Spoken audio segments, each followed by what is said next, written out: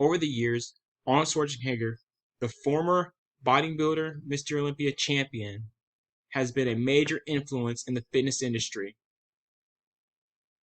His message of time has been a major turning point in the lives of many individuals, including myself. I first came across his message during a video interview where he stated the following: everyone has a problem with time. The day has 24 hours, and we sleep 6. Now, I know some people may say, oh, whoa, whoa, whoa, I need 8. Well, I tell them, sleep a little faster. I went to school, I worked construction,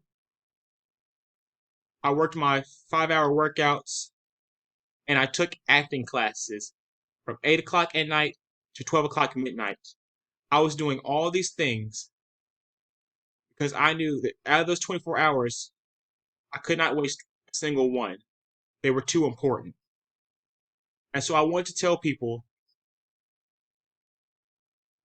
when just when they say, I don't have time with the time, I have a problem with the time, I have difficulty with the time, and I don't have time for this. None of this. You do have time. You make time.